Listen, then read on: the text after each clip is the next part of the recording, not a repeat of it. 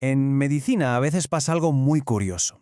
Incluso las prácticas que consideramos más básicas y asentadas, las que hacemos todos los días, se ponen bajo la lupa a la luz de nueva evidencia. Y lo que dábamos por sentado de repente revela unas complejidades que nos obligan a pararnos y a mirar a mucho, mucho más de cerca. Y aquí es donde entra la pregunta del millón, la que vamos a intentar desgranar hoy. ¿Es posible que esta terapia, la transfusión de plasma, que es tan fundamental en emergencias y que salva tantas vidas, pueda tener una cara B que es crucial que entendamos? Vale, pues vamos al lío. Por empezar, y para que todo el mundo esté en la misma onda, vamos a repasar lo más básico. ¿Qué es exactamente el plasma? Y sobre todo, ¿por qué se le llama a menudo el oro líquido de la sangre? A ver, para que nos entendamos, el plasma es, digamos, el caldo de la sangre, su parte líquida, y está hasta arriba de proteínas súper importantes, sobre todo de los famosos factores de coagulación. Son básicamente las herramientas que tiene nuestro cuerpo para taponar una herida y detener una hemorragia. Y claro, por eso mismo se ha convertido en una pieza clave en una terapia angular en situaciones límite. Hablamos de traumatismos graves por accidentes o de cirugías enormes donde perder sangre es la principal amenaza. Sin duda, es algo que, literalmente, salva vidas. Pero y aquí es donde la cosa se pone de verdad interesante. Un estudio observacional bastante grande ha puesto el foco sobre esta práctica tan habitual, y los hallazgos, como poco, dan que pensar. Y ojo, no hablamos de un estudio pequeño, ¿eh? Es una investigación enorme. El trabajo de Choi y su equipo analizó datos de más de 24.000 pares de pacientes. Una barbaridad. Este número tan grande le da un peso estadístico muy considerable a lo que observaron. La idea del estudio era bastante sencilla en realidad. Lo que hicieron fue comparar dos grupos de pacientes, unos que solo recibieron transfusiones de glóbulos rojos y otros que, además de los glóbulos rojos, también recibieron una o más bolsas de plasma. La comparación era perfecta para intentar aislar el efecto que podría tener ese plasma añadido. Y aquí vienen los resultados, que la verdad son sorprendentes. El estudio encontró una asociación muy clara entre el hecho de añadir plasma a la transfusión y un mayor riesgo de 3 problemas gravísimos. Primero, más riesgo de tromboembolismo venoso, o sea que se formen coágulos peligrosos en las venas. Segundo, un mayor riesgo de morir.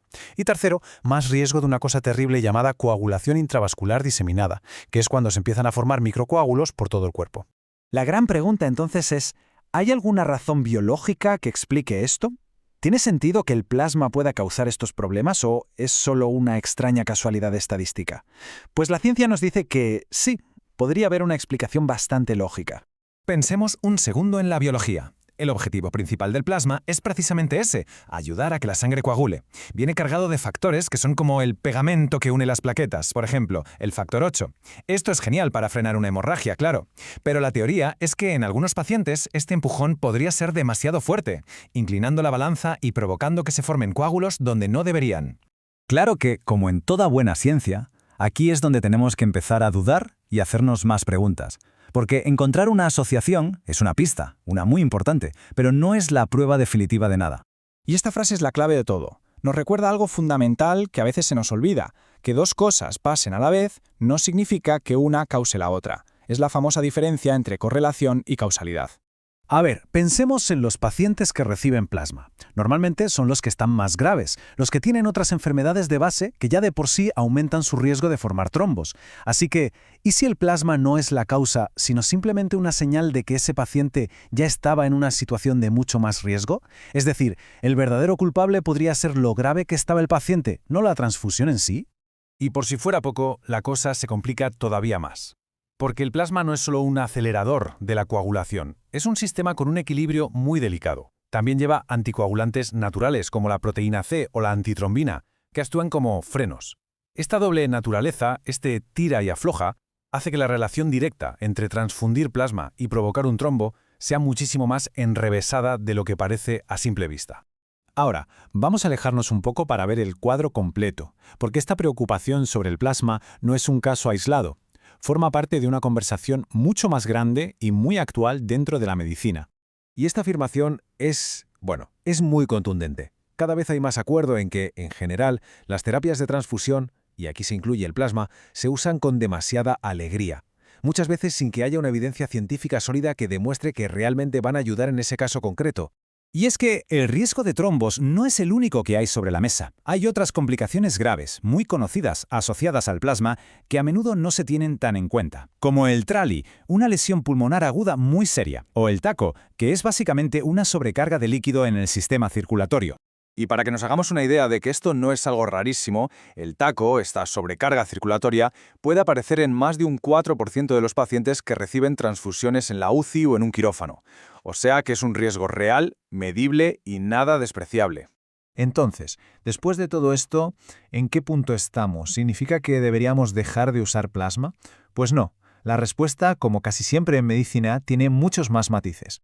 El mensaje clave es este. La evidencia nos está empujando a dejar atrás esa idea del café para todos, de pensar que un mismo tratamiento funciona igual para todo el mundo. No se trata de demonizar el plasma, sino de empezar a usarlo con más cabeza, de una forma mucho más selectiva e inteligente.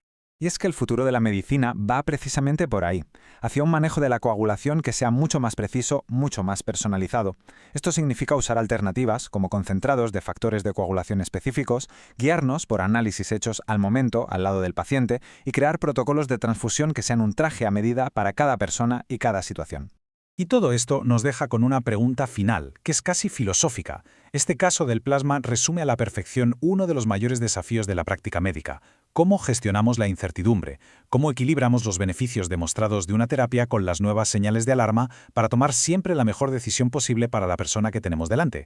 Es sin duda el gran reto.